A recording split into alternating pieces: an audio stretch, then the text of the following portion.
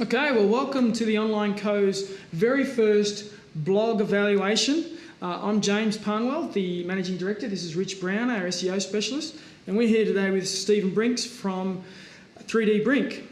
Now, the goal of today is to give a countdown from 10 to 1 of the top 10 SEO tips that Steve can do for his website. Our philosophy at the TheOnlineCo is that we take marketing messaging first and then the technology second in order to make your marketing work. So what we want to do is get a decent understanding of Stephen and his business and his customers, so then we can make good decisions on the website to actually appeal to real people as opposed to just clicking buttons and hoping for the best. So Stephen, would you mind telling us just briefly a little bit about your business, how long you've been running, what it is you do? So I build high-tech 3D printers, Delta robot 3D printers, and we cater to customers that do engineering. Anything they draw in CAD, the machine can 3D print, and that includes architects to print little models of their buildings. That includes schools and hobbyists. Cool. So we have an actual model here. This is the latest 3D Brink model, and we have a few examples too. So here's something that was printed and a fidget spinner. So this is a Delta robot, and it's very fast and accurate, and it can print in all kinds of materials from polycarbonate to wood and hybrid plastics. Right. So mostly you're a business-to-business business. You're marketing to architects, small businesses that need to print things, schools and hobbyists. And universities. Universities, right. So there's a range of different customers.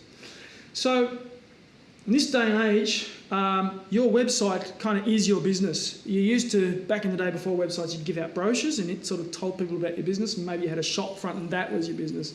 It's not like that anymore. Your website is the centre of your business. Yeah. So we should probably get started with our 10 points. So we'll count down. Number 10. My suggestion is that you start by getting active on some forums.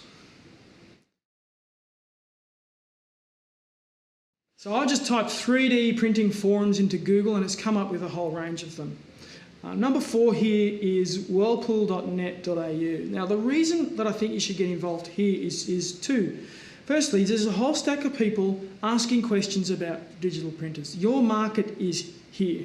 So you can actually start talking to them. You're an expert, you know a lot more about them, and I'm imagining when someone's going to spend buy a 3D printer, they're going to be spending $4,000 upwards on a printer. They've got some questions that they need answered before they can take the plunge. So you've got an opportunity to get in front of them, record a little video of the answer to the question or type it out. You could get that video, you could put it in a blog on your website, you can then share it on the forum, and you can create backlinks to your website as well. So that's the second point. You're talking to your actual customers and you're going to create some backlinks. So at this point, for you to start getting immediate traffic, it's a great way to do it. You're also sending Google some backlinking signals to say, hey, I've got customers actually coming from other parts of the web, so it's going to raise your authority with Google. Okay.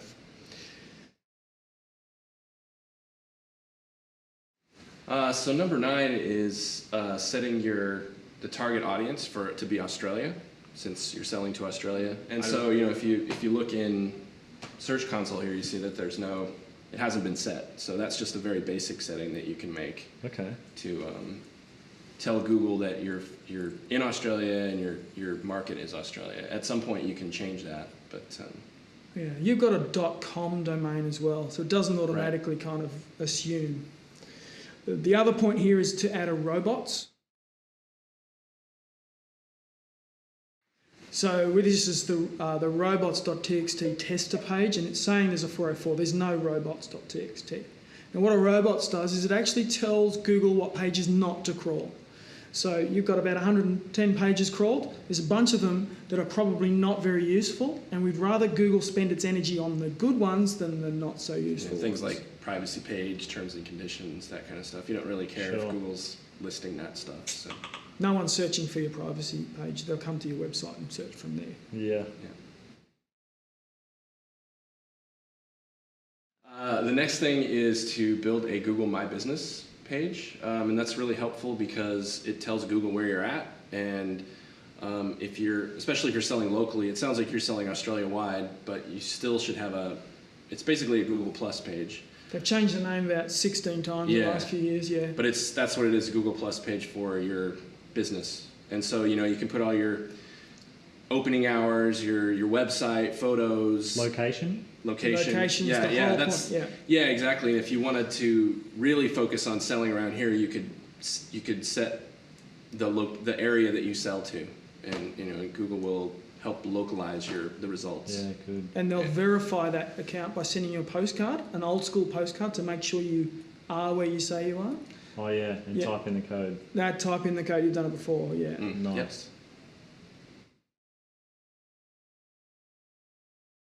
Okay, so point 7, we have a diagnostic that we use which we call the think, feel, do diagnostic. And what it is when somebody comes to your website for the first time, all the research says you've got 10 seconds to convince them to stay. So people have really short attention spans, and we're bombarded with so many messages. We're driving past road signs and seeing billboards, and we've got display ads and all this stuff coming at us. Our brains have to filter. So when someone's looking for a 3D printer and they come to your website, they're going to decide within 10 seconds whether to hit the back button or stay. And if they stay, they're going to stay for quite a long time. They might go from 10 seconds to 2 or 3 minutes. But what we've got to do is reduce the number of people that are leaving. Yep. So we use the think, feel, do method, and that's, you've got to tell people what to think, which is the rational frontal cortex. Then you've got to tell them how to feel, which is another part of the brain, the amygdala, which sort of sits in the middle there. And then you've got to tell them what to do. You've got 10 seconds to do that. So when we look at your website, in terms of the think and the feel, I think the video is really great. Having these moving images is a pretty new kind of development. It looks great. I just think that with your one, you want to have a much clearer picture that tells the customer who's looking for a printer what life's going to look like in a few months once they've bought your printer. You're psychologically solving their problem.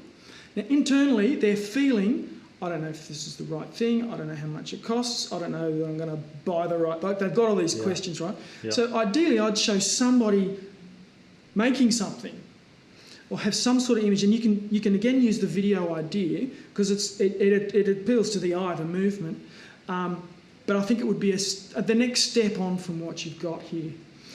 I think in terms of above the fold here, you've got some accessories there. I know you want to sell printers as well, so I would get your printers in there, maybe with some pricing or some specials or something that says our most popular products, maybe with a discount on there, or just some things to say, hey, we send the message, this is what we sell and we've got a good price. You put a line through the price, take 10% off, or whatever it is you want to do to get them to think, oh, these guys sell 3D printers and they're cheap. So that's the think, feel, do. Think, yeah, they sell 3D printers. Feel, oh, I'm going to have a good outcome. I'm feeling good about it. And do, oh, I can buy it now. You also probably want to have a way to contact you really easily. A phone number up at the top, in the top, that black area is kind of standard now. And then even a quick link to a contact form would be a great idea. Yeah. Okay, yeah. People are trained to, well, in school we learnt to read left to right like in a Z motion. So people will sort of naturally start at the top and then work their way across. So you get that phone number in the top right-hand corner. That's where people kind of expect to see it. Okay. And you don't want any barriers to someone calling you. Yeah, that's a good idea. Because, yeah, with a purchase that big, they're going to want to talk to you before they make it, probably. True. Yeah.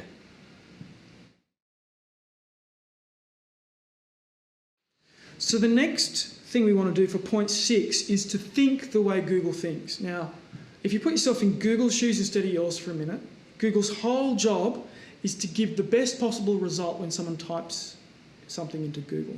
So if they type in 3D printers for sale, if a whole bunch of like download music, like in the bad old days, 1999, download music and Viagra and all this stuff would come up instead of the thing you're looking for, and people stopped using those search engines, then Google's gotten cleverer and cleverer and cleverer over the last 20 years at giving you exactly what it is you want. They're really smart. So what I want to do is type that in, 3D printers for sale and see what Google is currently saying is the best answer to that question. Yep. So you type in 3D printers for sale, this is what comes up. So at the top we've got the shopping results. Below that we've got some ads. And then the first result is 3D Printer Superstore, Aussie 3D and Gumtree. So let's have a look at 3D Superstore. This is what Google has decided is the best result. To me it doesn't look fantastic, but it's got the $ up the top right hand corner, so people are going, oh yes, I can buy them here. And when you click on 3D printers, it's got a wide range of printers. So what I think Google's saying is, hey, the best result for this search term is like walking into the big W of 3D printers. They want to show a whole range of them. Now, you don't have a whole range. The good news here is that this is an independent guide. Gumtree is in there, eBay's lurking around. There's some of these sort of aggregate sites that are hard to compete with, but this is an independent guy. So you've got an opportunity. You've also got a challenge in terms of, he's just got all these products. This is one result. Okay, so 3D printer comes up on Gumtree. They got a bunch of results. These sort of aggregate sites are kind of they're different to you. You're obviously a private seller. These are like the big dudes who compete on all sorts of things. And this was the third result, Aussie 3D. A couple of interesting things. They've got a chat bar. They've got their phone number in the top right-hand corner.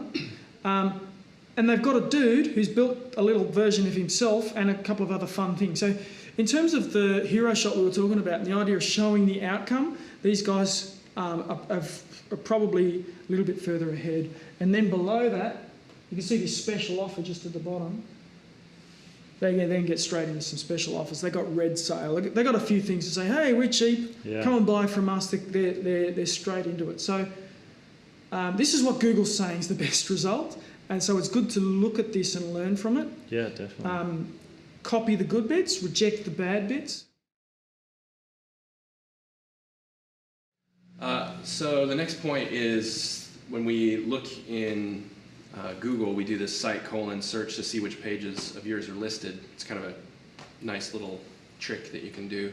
Right at the top is this forum, but when you go to the forum page, it's broken. So you either need to fix that or get rid of it, really. That's, because Google doesn't like broken pages at all. Okay.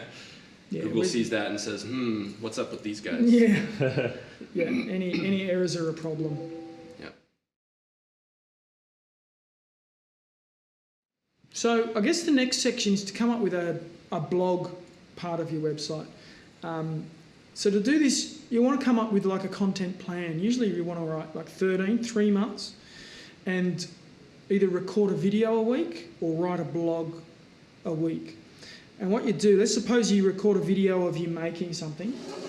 It's like little tips on how to make some, what are these, shark jaws? Shark, yeah. You then upload that to YouTube.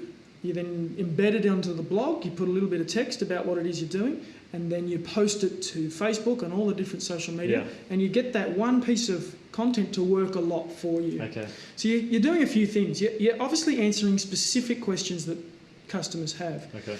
And when you're on your forum, people are going to be asking you questions. So you might be answering questions there, and then you're just writing a blog about it and kind of syndicating it across all your social media. Yeah, a lot of questions around the materials and how to print them. And people are typing them into Google, and then they'll find you, Yeah. and you start to become the expert. Okay. The other thing is you're sending a message to Google to say, hey, look at my website, it's updated. I updated it last week, I updated it the week before. Oh, yeah. My content's fresh. It's active. Yeah. Google doesn't like stale content. Yeah.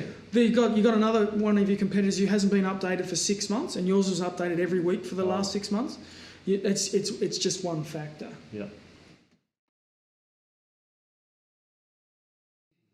So the next point are load speeds, which is a really important factor these days with Google.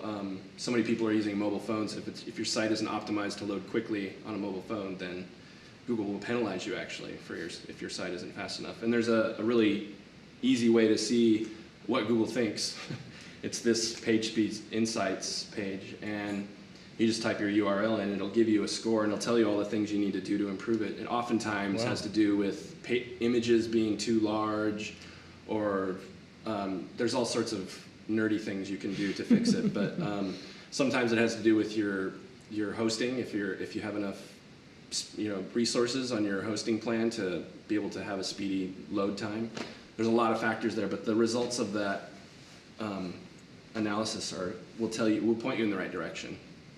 Yeah, so this is giving you a score of 55 for desktop, and the mobile's 50. So it's said that's poor. So I guess when you compare that to your competitors, if they're loading at 90 or 95, it's a factor for Google to say, well, these guys are beating you. Wow, yeah, I've never thought about that one. Mm-hmm. Yeah.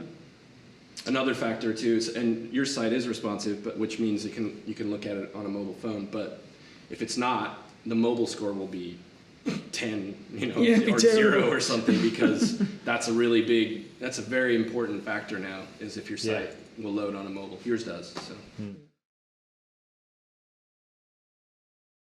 So the next point is number 2. Yeah, number 2. Really there, number 1.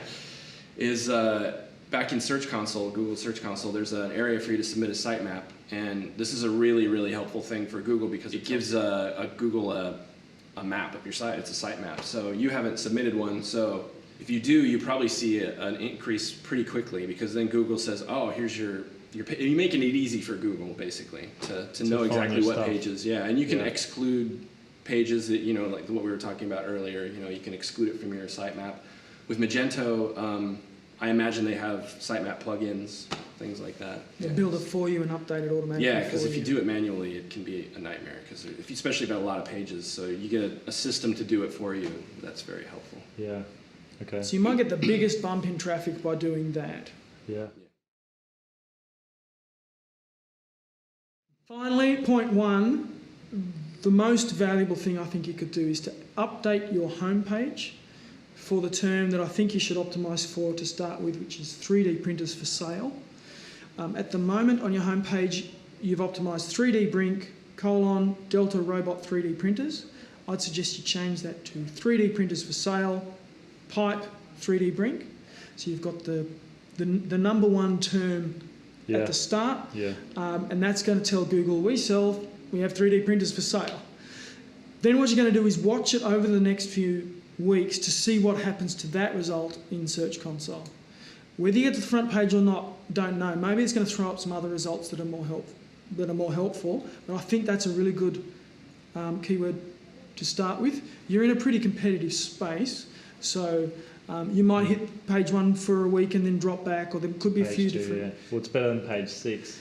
Right. I did a search for you. I couldn't actually find where you were. I think I got up to about page 6, so you're behind that. Yeah. The next thing is the meta description, which is that section underneath, the sort of grey bit. Oh, yeah. I'd write a specific sales-based meta description. Oh, sales-based. Yeah. So you've only got a set amount of characters. I think I wrote something technical about the machine in there, not sales-based. Yeah, make it sales-based. Call us for great advice. Been in business for 5 years. Yeah. Whatever it is you want to say. Yeah. We often even put the phone number in there just to make it look a bit different. And you can have a look at your competitors, see what they've written for a few ideas. Yeah. And then I would go in and on the page itself change the H1 to 3D printers for sale.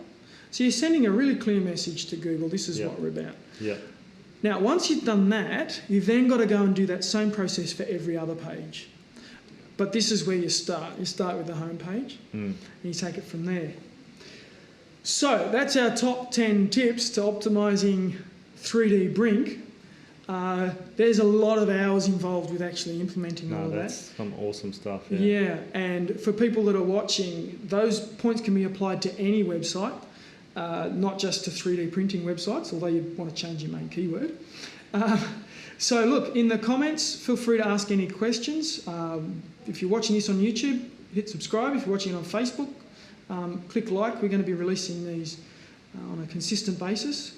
Free advice and free promotion for Steve. Thanks so much. Yeah, thank you. Thanks, Cheers. James.